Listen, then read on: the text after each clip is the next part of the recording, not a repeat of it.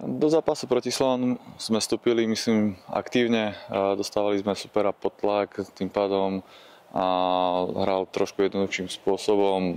Dokázali sme pozbierať lopty a v podstate trošku nám viazol taký plynulejší prechod, kvalitnejší. A v podstate ten super si dá ako veľa možností na góly nevypracoval. Dá sa povedať, že to nastavenie, ktoré mali chalani od začiatku týždňa a takisto aj do toho zápasu vstupovali dobrým nastavením, sa prenieslo, okázalo aj na ihrisku.